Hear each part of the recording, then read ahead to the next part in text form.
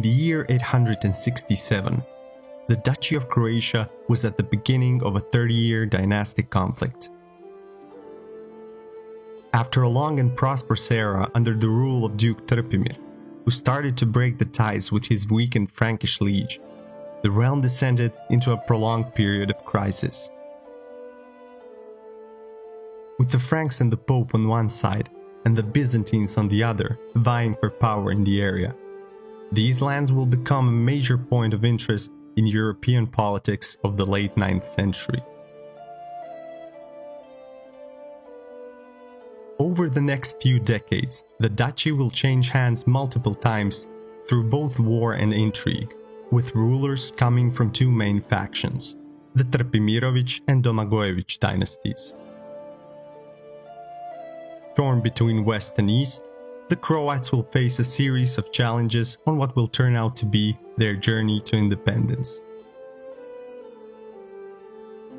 This period will have far-reaching consequences on Croatian history, and write a story worthy of some popular TV shows and, of course, video games. Before we start our own path in Crusader Kings 3, we'll dive into this story and see how real history can enrich our gameplay. So let's get to it.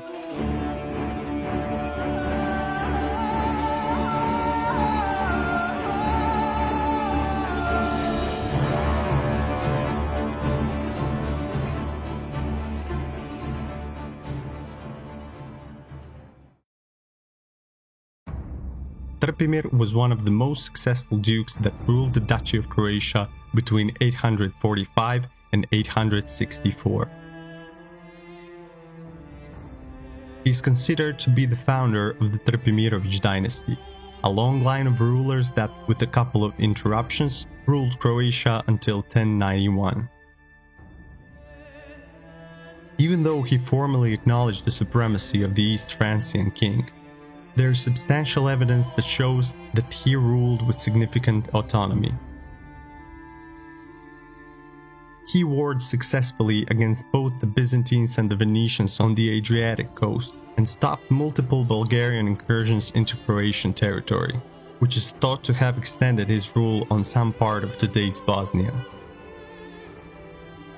One of the most important artifacts from this era is a charter of donation to the Bishop of Split, where Trpimir is dubbed Dux Croatorum, the Duke of Croats.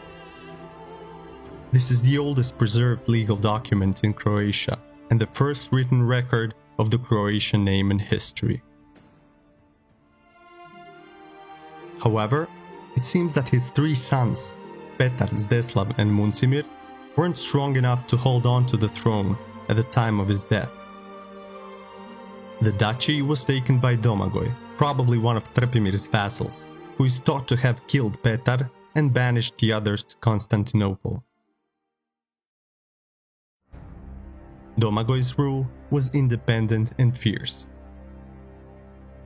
He managed to break free from his Frankish overlords by defeating them in battle and started to cool relations with both the papacy and the Byzantines. The Pope even tried to depose him by plotting against him, but Domagoj quelled these attempts in blood. He also seemed to overlook and even support his people's piracy against the Venetian merchants, earning himself the title of the worst Duke of Slavs. Even though he was succeeded by his son Ilko in 876, after a very successful rule, Trpimir's second son Zdeslav came with the Byzantines to reclaim his throne only a couple of years later. With the overwhelming power of his allies, Zdeslav easily overtook the Duchy of Croatia, but had to acknowledge Byzantine supremacy over Croatian lands.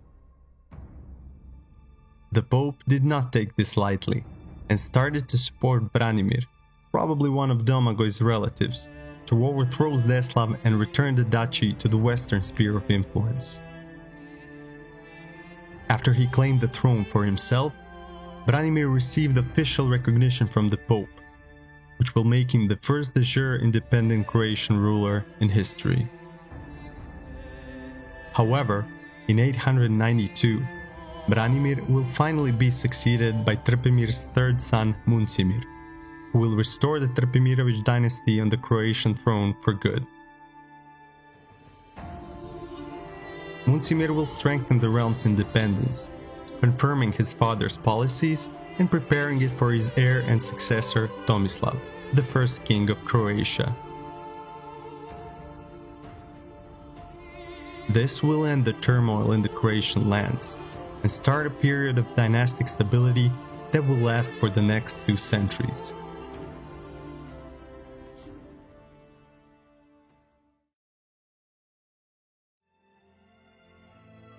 Looking back at these volatile times in Croatian history, it's difficult not to wonder what would have happened if history played out just a little bit differently.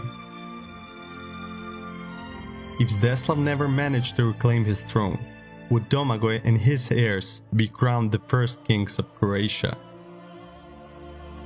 Would Croats grow closer to Byzantium if Zdeslav held on to his throne for longer? Could there be other candidates for the Croatian throne besides these 2 families? To make our Crusader Kings 3 playthroughs a bit more fun and immersive, we'll take some of these hypothetical scenarios as role-playing inspirations. This will help us define our goals and playstyles, and reveal several different paths that Croatian characters can take in CK3. Besides serving as a good guide and adding another dimension to our game, this could hopefully be a fun way to learn a bit more about this period and its protagonists. Where will it lead us? Watch it all in our brand new Let's Play series on Play Curiously.